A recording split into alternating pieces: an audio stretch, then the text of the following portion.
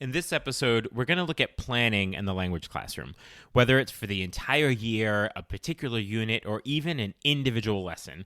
Backwards planning is very effective.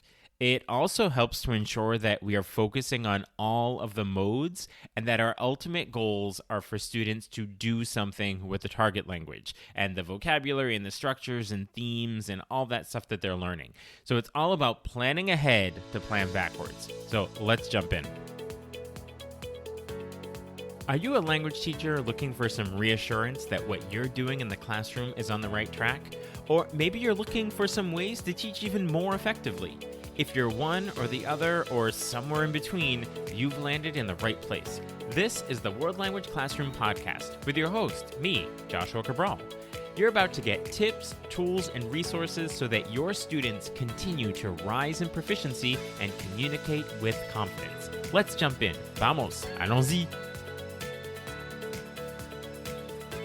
Hello, my friends. Bonjour, mes amis. Hola, mis amigos. Welcome to the World Language Classroom Podcast. I am Joshua Cabral, and thank you, as always, for being here, taking the time out of your week to think about your teaching and to be reassured that you're on the right track and maybe change just a little bit here and there so you can be even more effective. Just make sure that you are liking or subscribing on whatever app you're listening to the podcast on, and always, I like to ask that if you would be so kind as to leave a rating and a comment, that would also be really helpful because it helps other teachers to see what this podcast is all about, and we can get more people in the World Language Classroom podcast community. So today's theme is planning, and not just planning, but this idea of backwards planning. I had the opportunity this summer to work with some teachers in Richland, Washington, out in Washington State. So I'm in Boston, so it was way on the other side of the country. And it was actually my second time to that area because it's Tri-Cities, Washington. It's close to the Idaho border. I had gone to Kennewick, which is one of the Tri-Cities, in 2017 to work with teachers. So it just so happened that I went back to Richland, the town right next door in Washington as well, to work with teachers. And we were really looking at how to use particular textbooks in communicative ways. And the teachers were using a textbook that was incredibly communicative and really well done and set up for all of the modes. So we ended up spending quite a bit of time looking at this idea of backwards planning. So how can you have this resource and then overlay this idea of backwards planning on top of it? So it really got me thinking, because it was a really good discussion with these teachers and working through and some templates for it, that I said, I want to have a more in-depth conversation about this on the podcast. So when it comes to backwards planning, it is one of the ACTFL core practices, and there's a number of core practices, and if you kind of Google that around, you can find it. I'll actually put a link in the show notes to my blog post on the core practices if you want to touch upon that a little bit.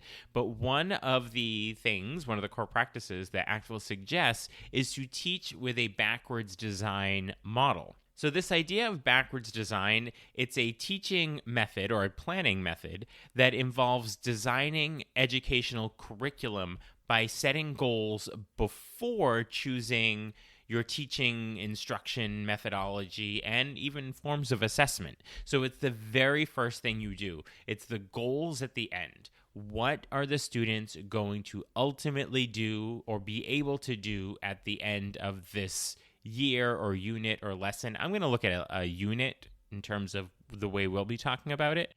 This lends itself so well to proficiency-based language teaching because it requires the teacher to focus on what students will ultimately be able to do with the language, rather than simply knowing about the language. For example, one of those goals might be in a unit about the environment. One of those goals might be that students will write or create a poster with several ways that students around school can help to protect the environment or be more conscious of how they contribute to negative things within the environment or what they could do better. So all of that is going to require the vocabulary and possibly some of the structures, language structures that were used throughout the unit. And one of the structures that may have been used in that unit is command forms of verbs. But you'll see that the goal is not to use command forms of the verbs. The goal is not to list all of the vocabulary in a particular topic. The goal is to create the poster, which will use the command forms and the vocabulary about the environment to then create this poster. But the goal does not say the specific grammatical structures and vocabulary needed. The goal is much more global and universal and encompassing within one of the modes, which would be presentational writing. So you can see that by having that goal at the end, it's what they're ultimately able to do with everything that's happening within the unit and not looking specifically at the details that were learned throughout the unit. Now, that's not to say that there isn't going to be a focus with maybe formative assessments along the way on those topics, but ultimately, summatively at the end, it's bringing it all together. So when we look at the different steps of backwards planning, you'll see where those individual assessments come in and then where those summative assessments come in. So before we look at the 3 steps that are basically the phases of backwards planning, I just want to point out some of the differences with traditional teaching, or legacy teaching, as I like to call it. More legacy-focused instruction has focused on learning and producing language structures and vocabulary through practice-type activities. But when it comes time to assessment or testing, it has typically been a matter of verifying what students can tell the teacher about the language, such as vocabulary lists and verb forms, rather than demonstrating what the student can do or is able to do with the language. And by doing backwards planning, and you have these ultimate goals that are other than the vocabulary and structures, it helps to make sure that your assessment is what they're able to do about the language and not what they know about the language. So backwards design planning happens in 3 phases or stages. So the first one, and I'll break them down, but the first one is identifying desired results. So what are those ultimate goals you have that they'll be able to do? And then 2 is determining acceptable evidence. So what is it they're actually doing to show you that they're then going to be able to meet that goal? And then the third thing is to plan the instruction and what's going to actually happen in the classroom. So this is where that word backwards comes in. A more traditional way of going about it would be, we have all this vocabulary, we have these grammar structures, so just test on being able to tell me what those are, and then maybe we'll find a way to use it if we have time. Whereas with backwards planning, the very first thing you do is determine what they're going to do with it, and then you go backwards from there, which also means that in more traditional teaching, you have this list of vocabulary and grammar structures.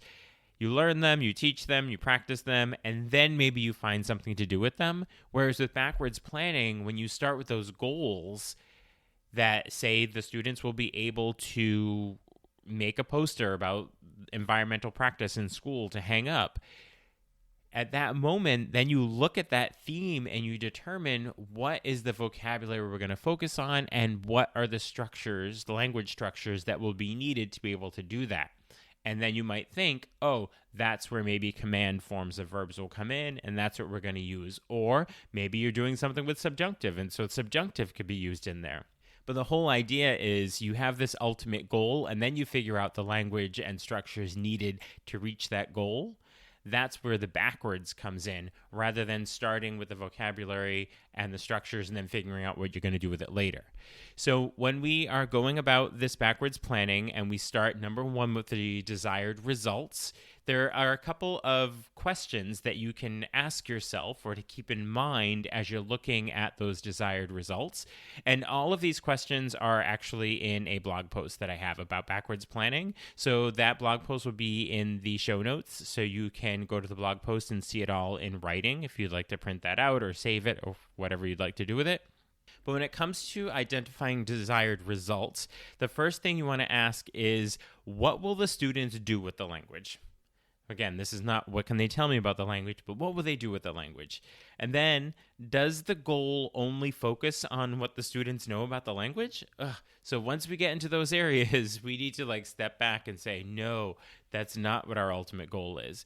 And then, what is the current proficiency level of students? Are they novice mid? Are they intermediate low?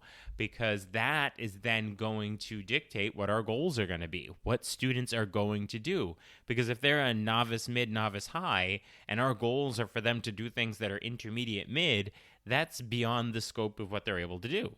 And if they're intermediate mid and we have goals that only require small chunks of language at the novice level, then that's below the scope of what they're able to do. So really knowing their proficiency level is going to help to identify those final desired results. And knowing those proficiency levels essentially means what their text type is going to be, right? So are they creating lists, chunked phrases, discrete sentences, connected sentences, paragraphs? And then you want to make sure that that theme, that topic, what they're able to do will allow us to write 2 or 3 can-do statements that focus on that particular goal.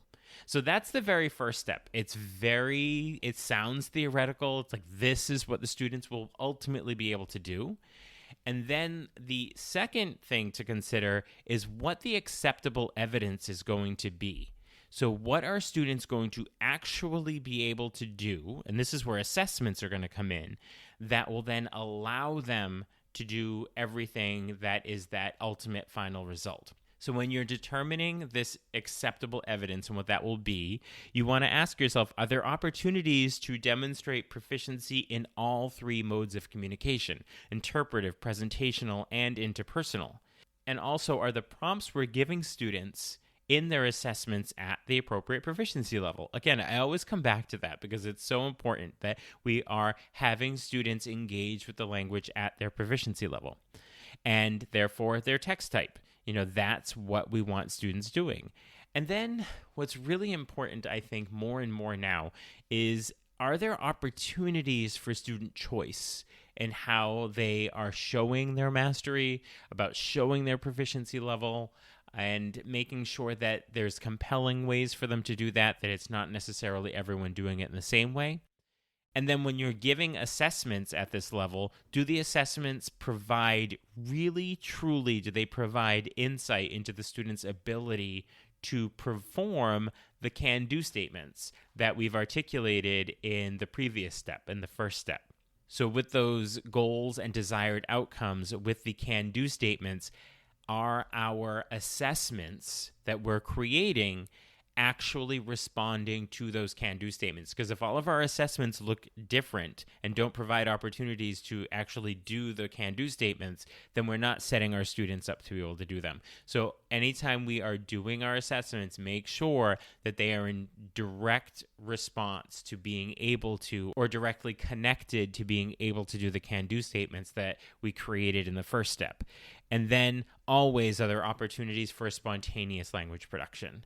Because if we do everything with our assessments that are interpretive listening and interpretive reading and presentational writing, then that can be in a very controlled way. But the interpersonal and the spontaneous use of language is a goal to keep in mind. And a lot of times that doesn't come up with assessments because it can be challenging. How are you going to do it? How do you find the time to do it?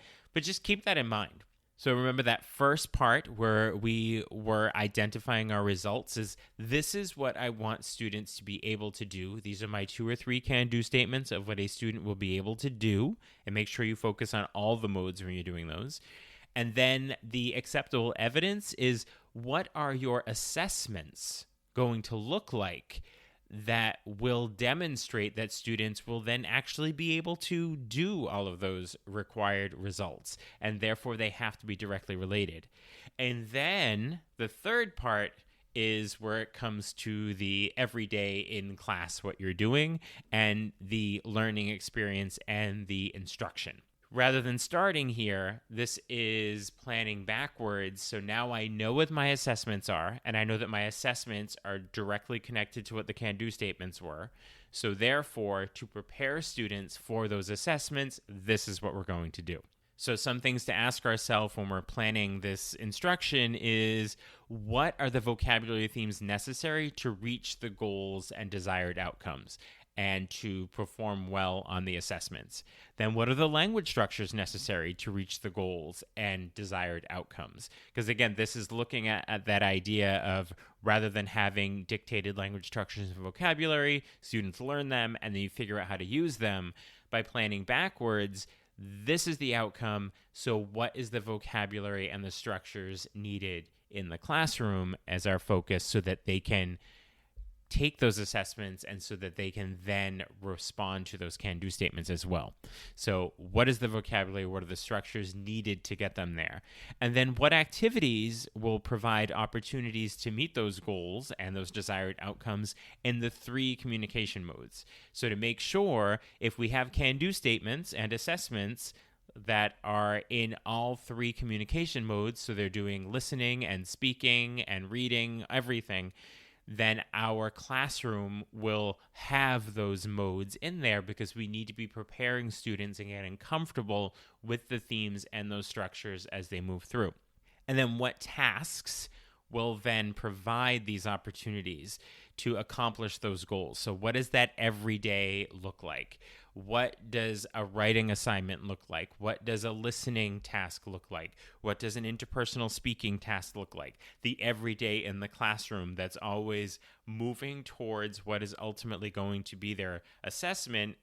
And then once they are able to perform on the assessment, they'll be able to respond to those can-do statements. So we start with our desired results, and then we look for the evidence, which is usually an assessment that they'll be able to perform those desired results. And then the last thing we're going to look at is the instruction, what's actually happening in the classroom.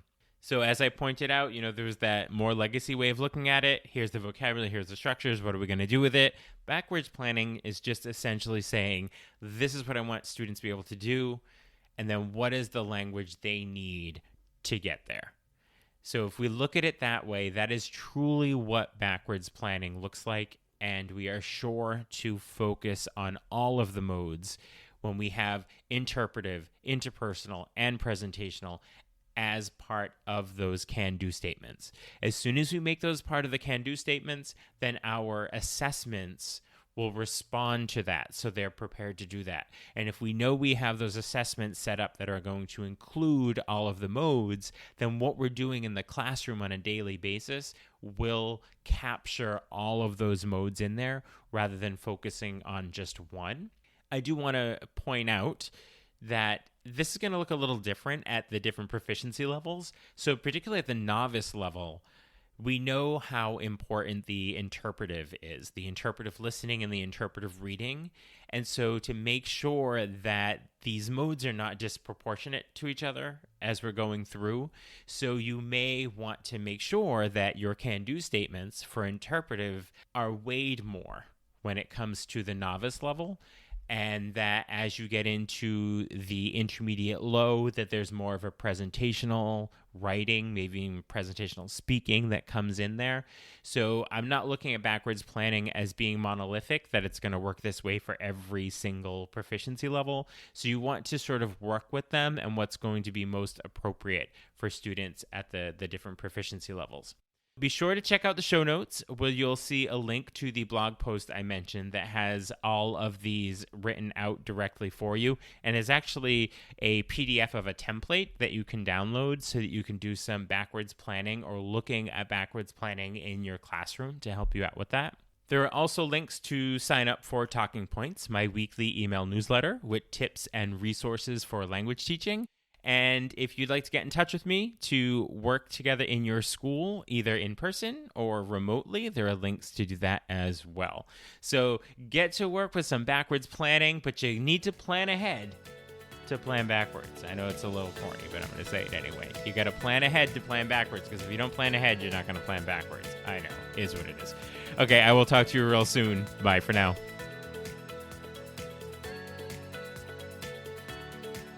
You've been listening to the World Language Classroom podcast. Be sure to follow or subscribe wherever you're listening so you don't miss a single episode.